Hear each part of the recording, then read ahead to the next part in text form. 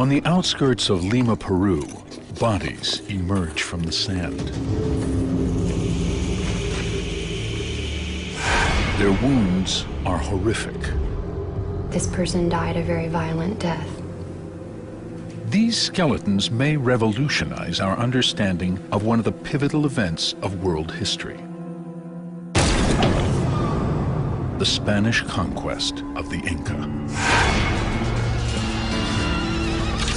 For 500 years, we have had to rely on chronicles written by the Spanish conquistadors to understand what happened. Those chronicles tell us how in 1532, Francisco Pizarro arrived at the frontiers of the Inca Empire with fewer than 200 men. Ever since, historians have puzzled at the events that followed. As Inca messengers spread news of the tiny invasion around the empire, why didn't the huge Inca armies mobilize? How could a handful of Spanish adventurers bring the greatest indigenous civilization of South America to its knees? Was it the vast superiority of the Spanish weapons? Was it European diseases to which the Inca had no resistance? Or was it something else? These skeletons may hold the answers. For the first time, science can open a window on the real events of the conquest of Peru. The discoveries are amazing. I think we're looking at the first gunshot wound in the New World. A story of the conquest never told before. A story of secret alliances and betrayal. A great cover-up that took place in the 16th century. The story of the Great Inca Rebellion, right now on Nova.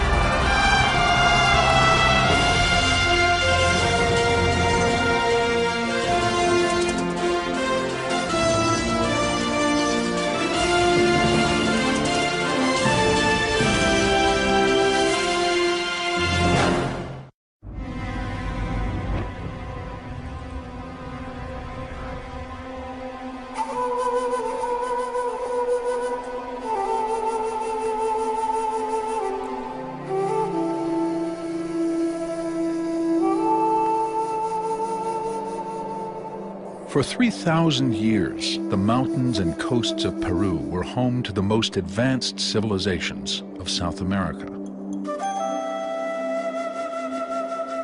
The Inca Empire was the last of many to rise and fall in Peru, but it was the greatest.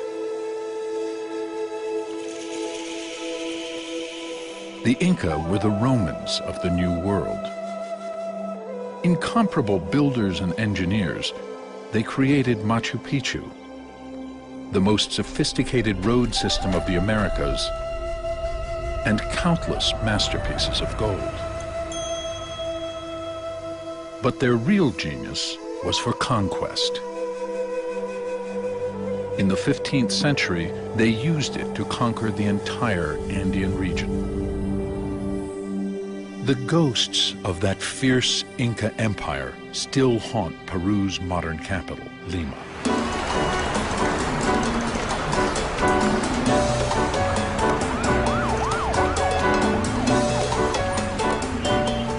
'21st century Lima is a teeming city of 9 million. But beneath its sprawling shanty towns lie layer upon layer of Peru's ancient dead.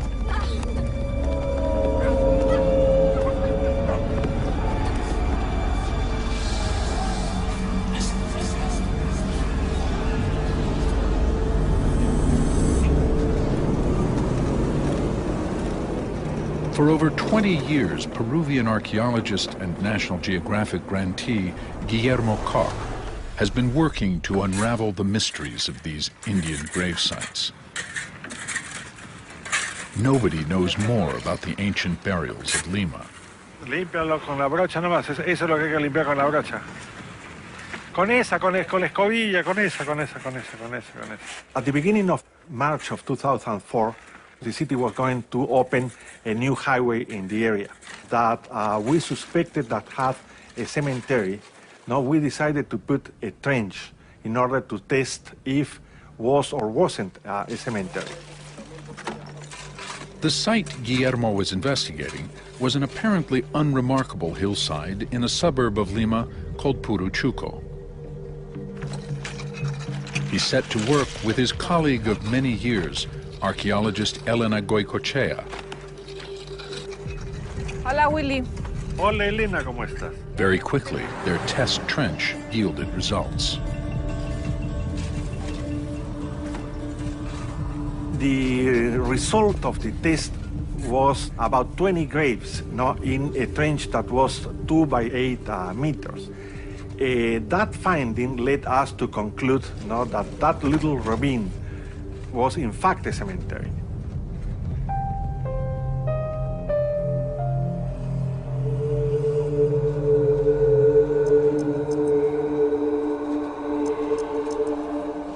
At first, the Puruchuco graveyard seemed very similar to others Willie and Elena had excavated. Bodies were buried at regular intervals in a crouched sitting position facing the rising sun. This is the classic pattern of Inca burials. But before long, strange anomalies began to appear.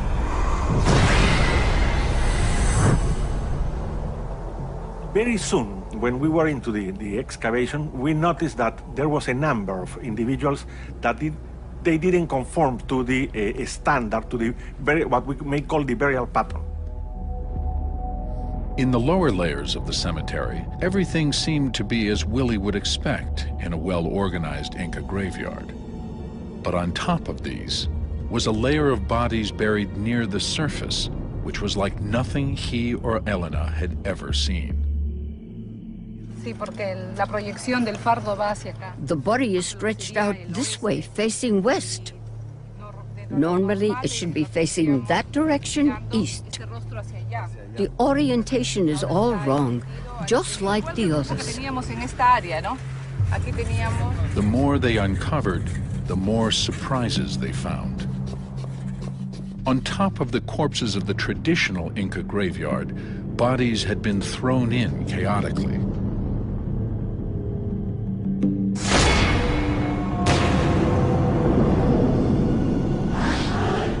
Instead of the usual careful wrapping of the body with cotton stuffing and woolen fabrics, these had been hastily wrapped in simple cloths called telas. They were stretched on their side or back, some faced up, some to the west. None were crouched and facing east in the traditional Inca way. It was evident that they didn't follow the burial ritual. They were without the proper offerings. Now the question is why these individuals have been buried in such an unusual way. To someone who knows the Inca world as well as Willie and Elena, this was mystifying. Reverence for the dead was at the core of Inca culture. Properly performed death rituals were crucial to ensuring the rebirth of the dead in the spirit world.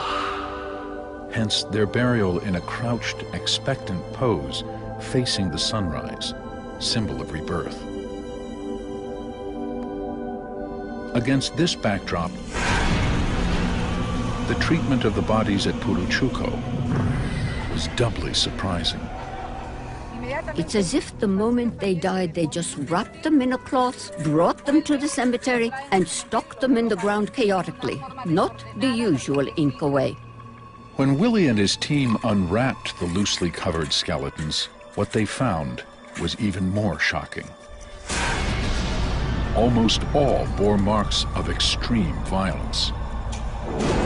Skulls had been crushed, and some showed injuries that had never been seen before in an Inca cemetery. In fact, in any Indian cemetery anywhere in Central or South America. One skeleton in particular really caught their attention. They called him Mochito, the severed one, because of his horrific injuries. The left middle and ring finger on the left hand been perhaps cut off or twisted off. He's clearly received some sort of blow to the face, a perimortem fracture to the left first rib, a pretty bad break to the proximal femur. All of these injuries together lead me to believe that this individual died a very violent death. Melissa Murphy is a bioarchaeologist working with Willie to interpret Mochito's injuries. This is a very exceptional skeleton for a number of reasons. He's very atypical. He has a series of perimortem injuries that I haven't encountered before, in particular, these 3 quadrangular defects to his cranium. One of the defects also has a small radiating fracture, hinging fracture, that it looks like something caught the outer table of this bone. I've never encountered this, and based on documented cases of other injuries, it seems consistent with metal-edged weaponry. You know, something else, but not something you would see among Inca weapons. The Inca had few weapons capable of delivering the clean, piercing wounds Melissa sees in Mochito's remains. Their deadliest weapons of war were stone clubs, spears, and slings. The type of weaponry used by Inca warriors had been obsolete in Europe for over 2,000 years. The Inca army would have been totally beyond the comprehension or historical memory of the Spaniards. It's a chalcolithic army, meaning that the Andeans could smelt gold, silver, copper, but all of their cutting implements, all of their piercing implements, all their weapons were stone. The arrival of Pizarro and his conquistadors in 1532 brought this Inca army and its stone weapons face to face with 16th century Europe's most advanced military technology.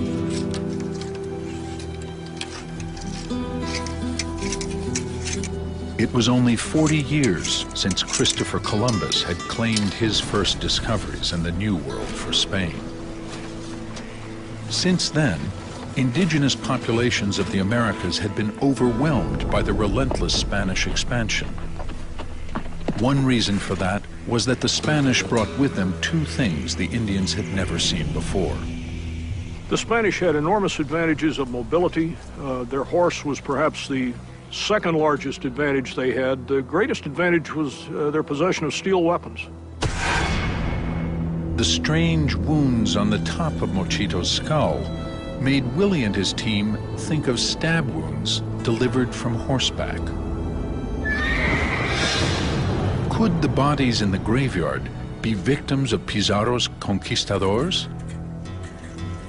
If so, they would be the first ever found.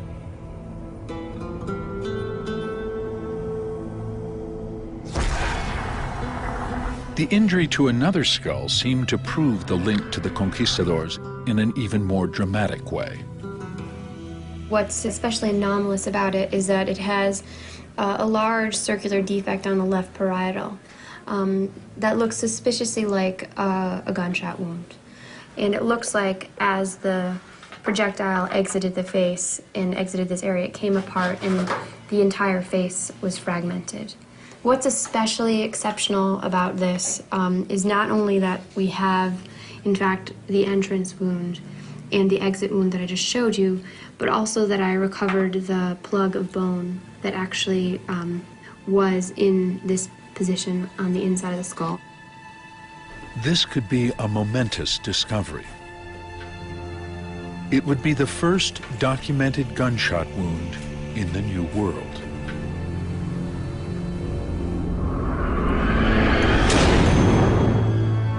The primitive but deadly 16th century guns called arquebuses were just one of the many terrifying novelties the Spanish brought with them to South America.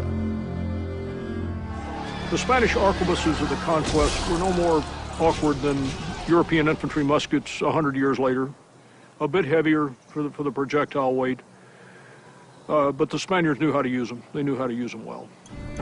The combination of guns, steel weapons, and cavalry had a devastating effect on native armies.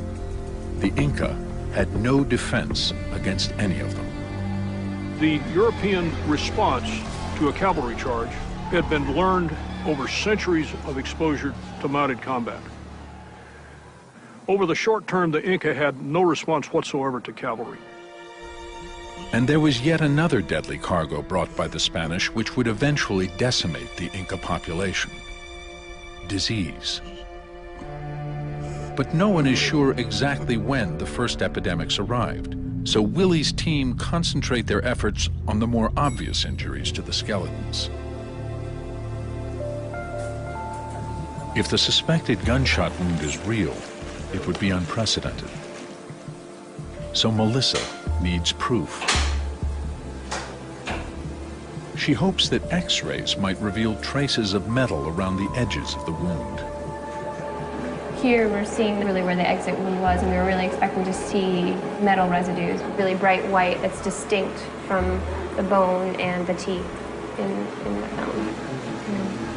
But we don't, there's nothing in there that suggests that there's lead or med residues. Looks like no. The negative result is a blow.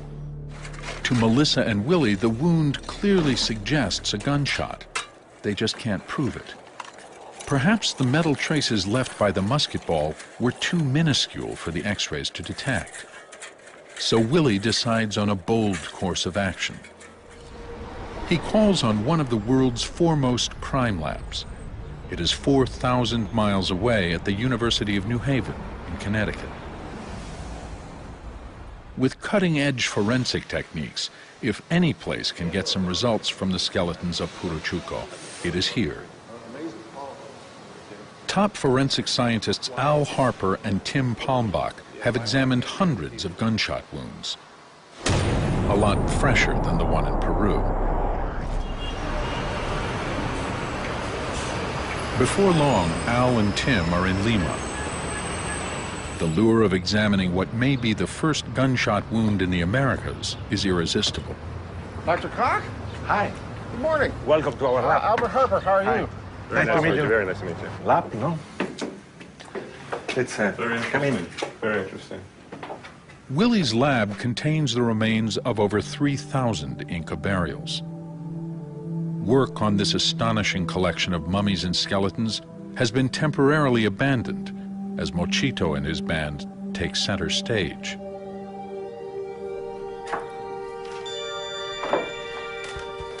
Al and Tim immediately focus on what Melissa thought might be the gunshot wound. Oh, how interesting. Look at this. It's almost as if they're two separate entrances. Yeah, you almost did have a trajectory line of 30, 45 degrees, maybe. It's hitting at some angle about like that. Yeah. So if we think energy-wise, it's got to be sufficient enough to pop a hole through the cranium, but not so energetic that you bust this up. I mean, if you took a modern 1,500 foot energy impact of a normal handgun, you don't get plugs like that. Those are fragmented. No, they're completely and totally fragmented. And little pieces of the bullet simply punches a hole through the bone, and it fragments the pieces of bone as it goes through. This isn't the case here. The intact plug of bone indicates an impact much less forceful than any modern gunshot. But it might well correspond to the much weaker impact of a 16th century arquebus. In fact, the bone plug itself carries a concave imprint highly suggestive of a musket ball. Remarkable, absolutely remarkable. Could this be a gunshot? It could be. To prove it, they'll have to use more sophisticated instruments, starting with a scanning electron microscope, or SEM. What we would want to try to do here is we'll do some scanning electron microscopy looking at this. And then if we find some small particulate matter, we can go ahead and we'll hit it with an X-ray, and that'll give us the elemental compositions. All the inside surface there. The results go beyond their wildest dreams. The edges of the hole in the skull and the entire surface of the bone plug are impregnated with fragments of iron, a metal sometimes used for Spanish musket balls. Standard X-ray procedures failed to see these iron particles because what ultimately we establish through the SEM is that these were very small particles that were actually hidden in these small fissures and fractures in the bone. Now Tim and Al have an image of what probably happened.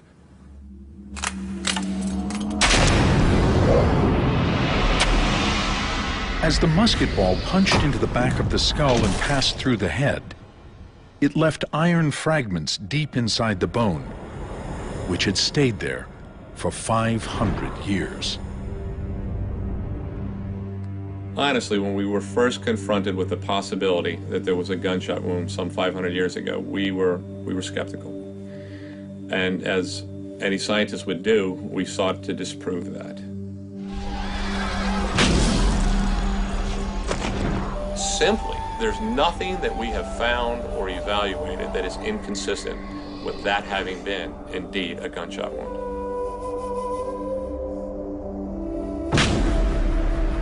It's a remarkable discovery. Not only the first evidence of a gunshot wound in the Americas, but support for Willie's belief that the bodies from the Puruchuco graveyard could be the first ever forensic remains of the battles of the conquest.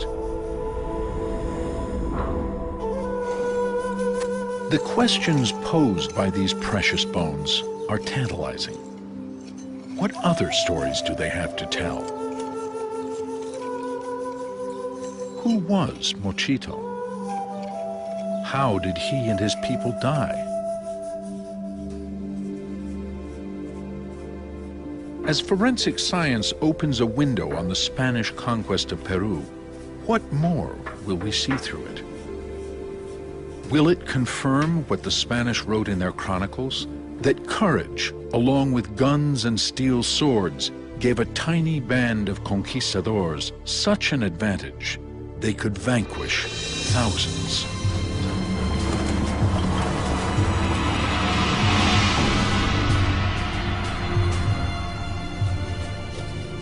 Spanish chronicles of the conquest underplay one critical fact.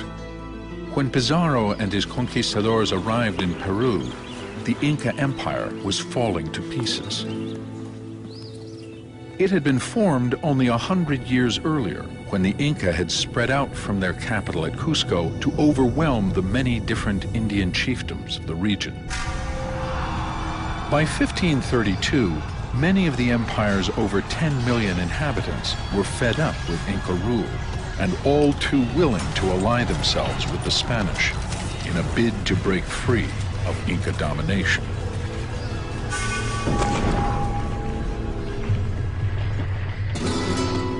For the newly arrived Spanish, this was a great stroke of luck. Even with their huge technological advantages, they were hardly a formidable fighting force. It's a mistake to think of the conquistadors as soldiers. They were not soldiers in the contemporary Spanish sense, let alone the modern American sense. They were adventurers. They were absolutely ruthless, but they weren't soldiers. Many of the conquistadors were illiterate, including Francisco Pizarro himself. From peasant stock in rural Spain, most were men of action, not letters. The task of telling the story of the conquest largely fell to scribes and chroniclers. Over the years, a sort of official version of what happened was composed. Historians and archaeologists have long suspected that in the process, facts were altered and some conveniently forgotten. The chronicles tried to justify the conquest. And in order to magnify the glory of the Spaniards, they exaggerate. The chronicles go to great lengths to paint a dramatic portrait of Spanish hardships and heroism, but largely ignore the help given them by their Indian allies. They recount a series of dramatic confrontations in which Pizarro's tiny band confront vast Inca armies and against all odds triumph. The most remarkable of these takes place only weeks after the Spanish arrive. At Cajamarca in northern Peru, they come upon the troops of the Inca king Atahualpa, who are celebrating a successful military campaign. The Inca are not prepared for battle. The Spanish take them by surprise and massacre them.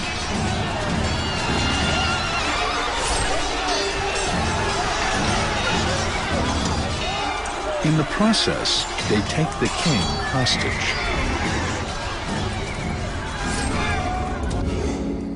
Pizarro demands a huge ransom of gold for Atahualpa. Once it is paid, he executes him anyway. With the Inca world in shock, Pizarro pushes on to the capital, Cusco, which quickly falls to the Spanish. Within a matter of months, the Inca Empire is theirs.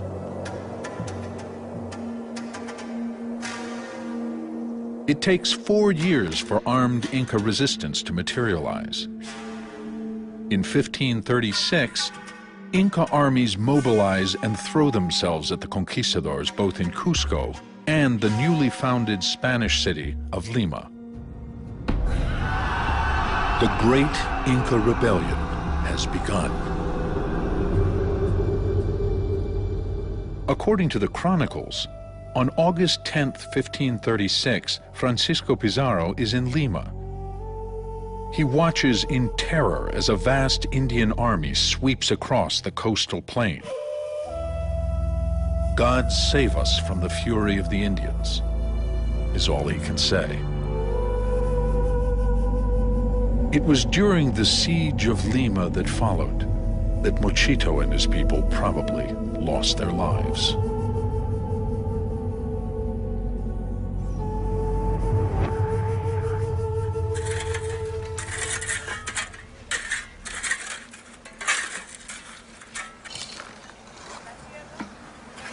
The time layering or stratigraphy of the cemetery at Puruchuco tells Willie that Mochito's remains are from the very first years of the conquest. The only event that could explain the injuries and the stratigraphic position of this was the siege of Lima. In August 1536, the city of Lima is only 18 months old. Its few adobe houses are arranged in a grid system around a central square. According to the chronicles, on the day of the battle, a vast army led by the great Inca general Quiso Yupanqui closes in on Lima. They estimate it in the tens of thousands. Quiso is carried on a litter surrounded by his captains. Pizarro has only a few hundred troops.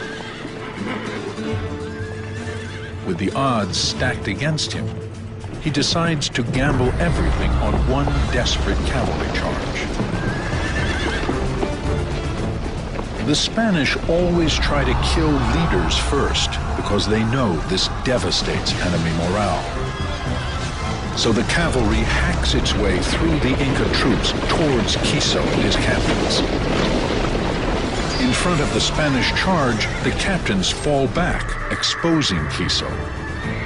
He is killed in an instant.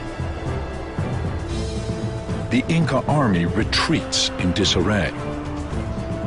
In the picture painted by the chronicles, a handful of Spaniards have once again heroically defeated a huge Indian army. Lima is saved. But is that really what happened?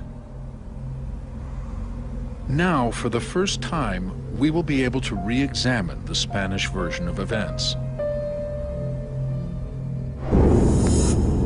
Willie and Elena believe Mochito and his people were part of the Inca force that confronted Pizarro on that fateful day in August 1536.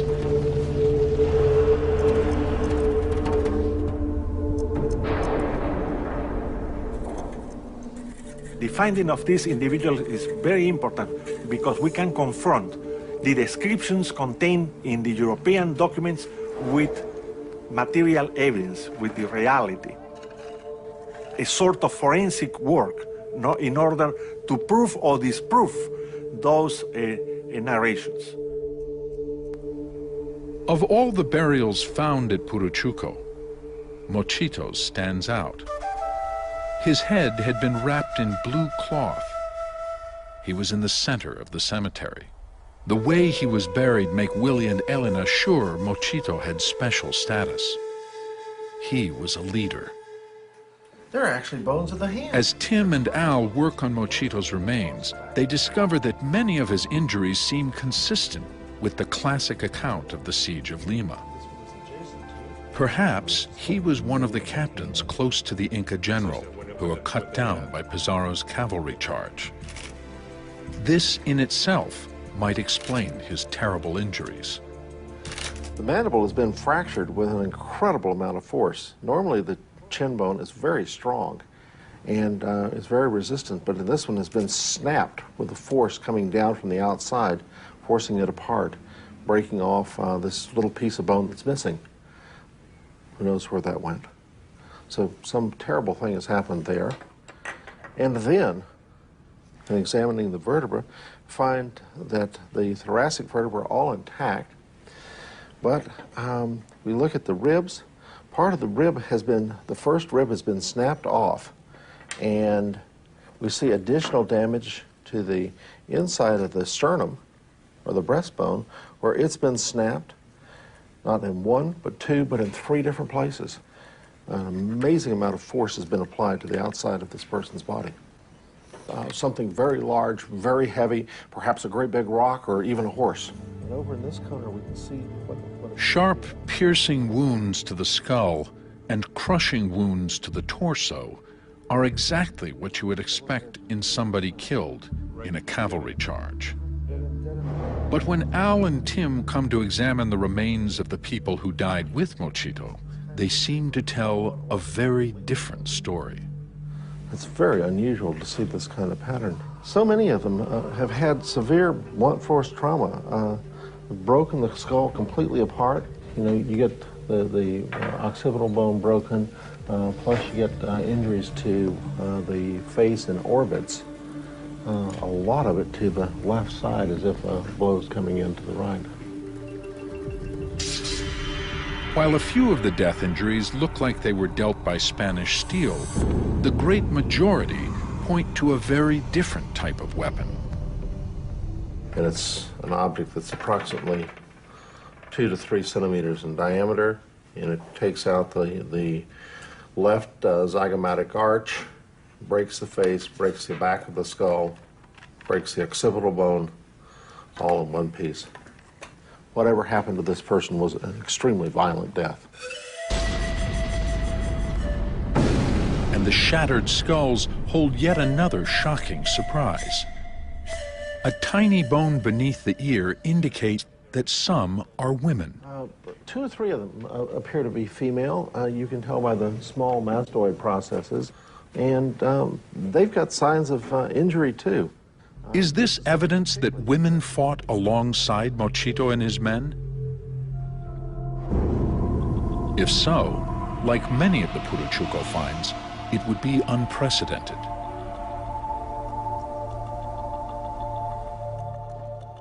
To look for the weapons that could have caused these blunt force skull injuries, Al and Tim head for the Gold Museum of Lima. It has the largest collection of historic weapons in Peru, both Spanish and Inca. The steel weapons of the Spanish would produce either sharp, piercing injuries or crushing injuries with clean edges. They would not create the sort of blunt force traumas Al and Tim have been examining.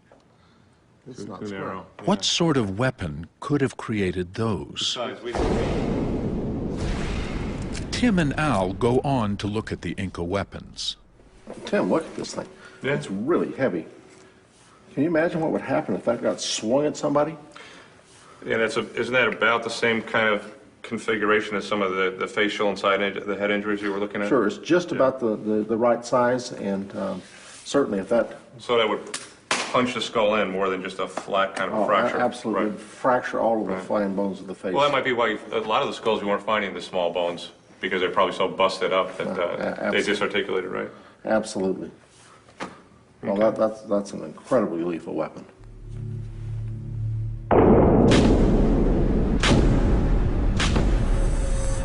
The possibility that the Indians found in the Puruchuco cemetery were killed by stone clubs points to a stunning conclusion. Most were killed not by the Spanish, but by other Indians.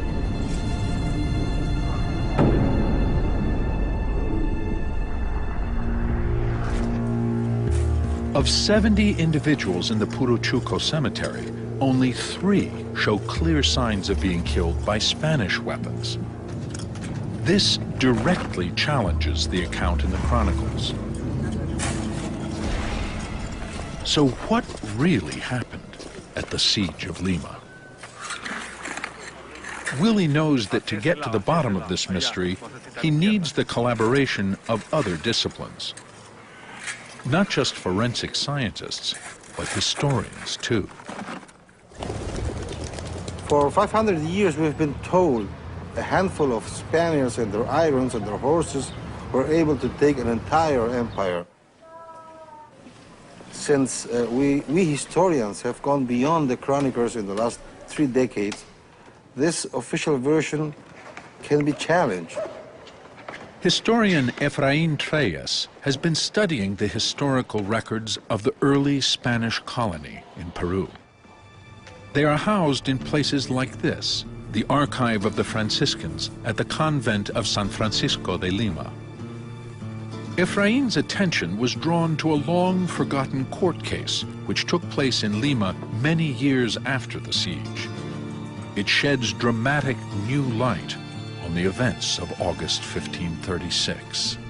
Years after the rebellion, the heirs of Pizarro were arguing with the crown. And as part of that trial, they contended that the costs of defending Lima from the siege had had a heavy impact on the Pizarro estate, and they had to be rewarded for that. The crown disagreed. They brought Indians in who were present at the siege. The Indians testified that the fighting involved small skirmishes, but no major battle. We have references of fighting during the siege, but mostly Indians against Indians. Witnesses also claimed that the Inca army was in the thousands, not tens of thousands, that there was no heroic cavalry charge by Pizarro, and that Spaniards who did fight were protected by large numbers of Indians who were fighting alongside them. So this leads me to think and believe that the Great Siege must have taken place in a very different manner than we have been told.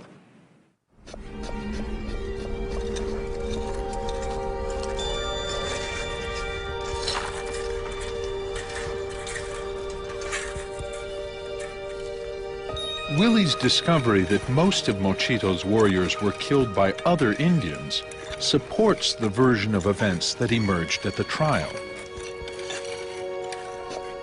It also provides the first scientific evidence for what historians have long suspected but could never prove: that the role of the Indian allies, consistently downplayed by the chronicles, was critical to the success of the conquest. It's very clear when you look at the way the conquest went down that Pizarro's allies were very important to his ultimate victory, not simply in the fighting line, but for logistical support. They were enormously important. It's very clear that their role in the conquest has been minimized. No one has found more proof of the importance of Indian allies to the Spanish than Maria Rostorovsky. At 91, she is probably the most respected living historian of the Andes. The Spanish were massively supported by their Indian allies. This fact, overlooked by the chronicles, completely changes our vision of the conquest. Without it, the story is absurd. Maria has discovered documents that reveal the true story of the Siege of Lima. Found in the archives of the Indies in Seville, Spain, they show that Pizarro's survival at Lima depended not on military prowess, but on an alliance with a powerful chieftain in the mountain province of Huaylas. When Francisco Pizarro arrived in Peru, he was a single man of 54. Eager to create an alliance with him, the nobility of Huaylas offered him a young girl as wife. She was called Quispecisa, and she became Pizarro's concubine after baptism. It's a curious fact that the Spanish had all the relations they wanted with Andean women, but only after they were baptized. Pizarro's young concubine, Quispecisa, is with him in Lima when the Indian armies lay siege to the city in August 1536. She is at the center of what really happens at the Siege of Lima. As the small Inca army approaches Lima, Pizarro does indeed send out a cavalry charge to fend it off. They follow the Inca warriors into a dry riverbed outside the city, where the Spanish horses start to break their ankles on the huge stones. Having achieved nothing, the cavalry retreats. Soon after, the Inca army once again advances on the city. And the Inca army was actually entering the streets of Lima when suddenly they retreated. And the Spanish said, how stupid. They walk away when they are on our doorstep? What had happened? I found in the archive of the Indies a document saying that Pizarro's young concubine sent runners with messages to her mother in Huaylas asking for help. She asked for an army, and her mother sent her one. Quispecisa's mother was a chief in her own right. As soon as she received news that her daughter was surrounded in Lima, she dispatched a large army to relieve the city. Lima was saved not by conquistador heroics, but by the arrival of the army sent by the mother of Pizarro's young concubine. As the Indians from Huaylas descend on Lima, the Inca army sees that its situation is suddenly hopeless. The balance has tipped in favor of the Spanish. The Inca army retreats in disarray. They are pursued by a few Spaniards, accompanied and protected by large groups of warriors from Huaylas. The fighting of the Siege of Lima takes place in small skirmishes around the city. It was probably in one such skirmish that Mochito and his people met their deaths at the hands of the Spaniards and their Indian allies.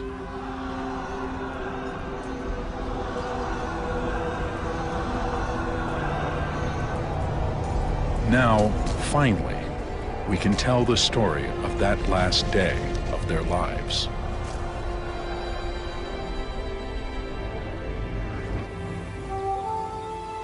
We don't know Mochito's real name, but from the way he was buried, we know he was a leader, and he was young. These clavicles, they aren't fused yet, so that's going to be put him around somewhere in the range of 20s, in the early 20s, late teens, maybe 18 to 22. Typically, he would have had at least one wife and children. He may have known nothing of the upcoming battle until Inca emissaries came to Puruchuco demanding his support for their fight against the Spanish.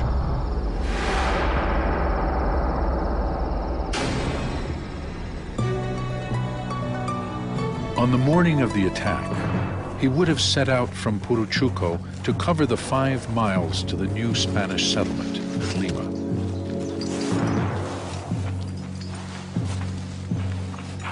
He and his fellow warriors would have been armed with the traditional Inca weapons, stone clubs, bolas, and spears.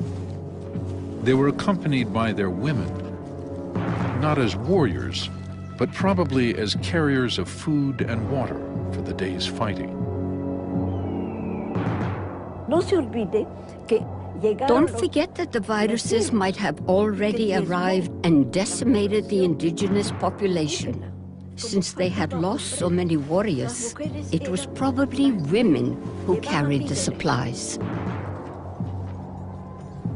Mochito and his people were part of the Inca army that tried to enter Lima and was forced to retreat by the arrival of the army from Huaylas.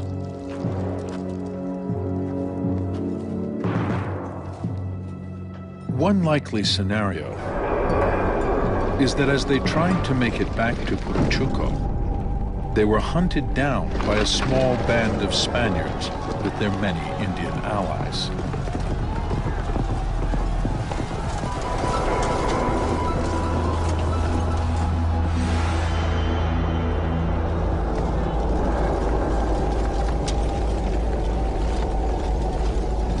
Mochito's people were clearly outnumbered.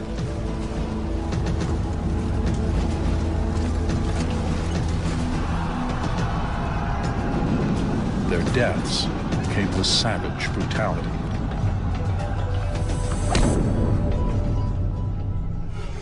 So this is another individual who has a series of blunt force injuries, perimortem injuries to the left side of the cranium. One warrior was killed like no other, shot in the head by a Spanish arquebus.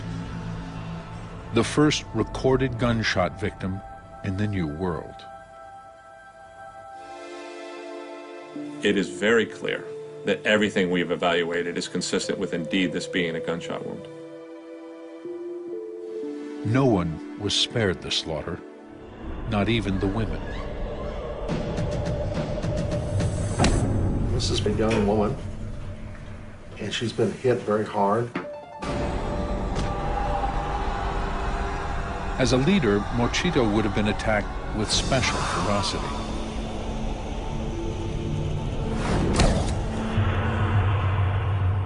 He's missing his face, and there were no facial fragments recovered. The bones of his limbs and torso were smashed by club blows, and probably the hooves of a Spanish horse. That damage extends all the way up to the first rib, which has also been snapped. If he was not dead already, the 3 puncture wounds to his head would certainly have killed him.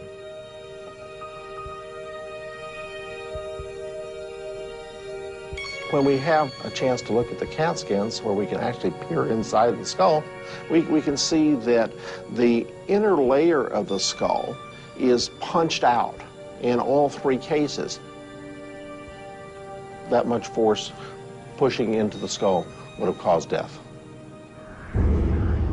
Perhaps in a final coup de grace, Mochito died as a Spanish lance stabbed him 3 times in the back of his skull.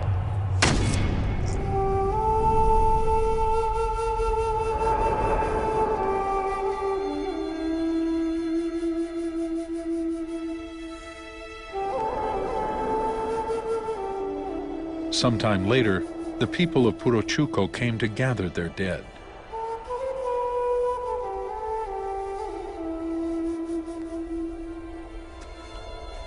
Perhaps a day or more had passed before they dared venture out. Rigor mortis had already set in. This might explain the unusual sprawled postures in their graves. With war parties still in the area, there was no time for proper death rituals. Mochito and the people who died with him were hastily buried in their clan cemetery.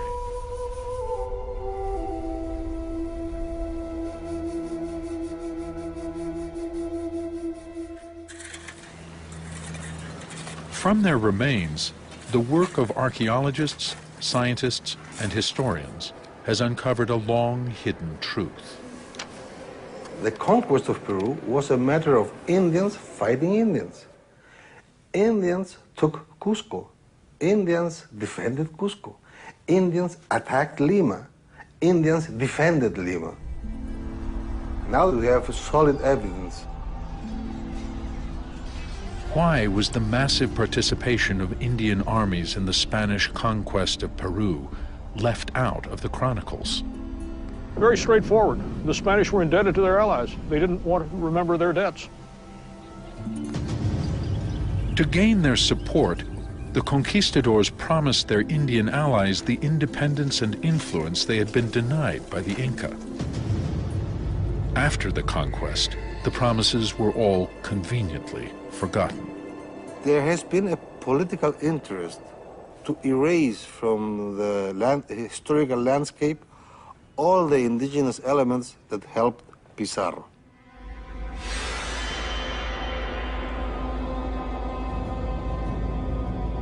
The story of the Spanish alliances with the Andean Indians who fought their battles for them is the great untold story of the conquest. By a strange twist of fate, it is their victims, Mochito and the people who died with him at the siege of Lima, whose bones have borne witness to this long-forgotten truth.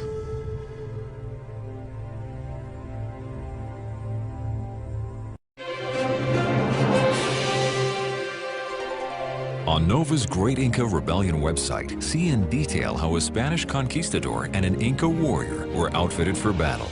Find it on pbs.org.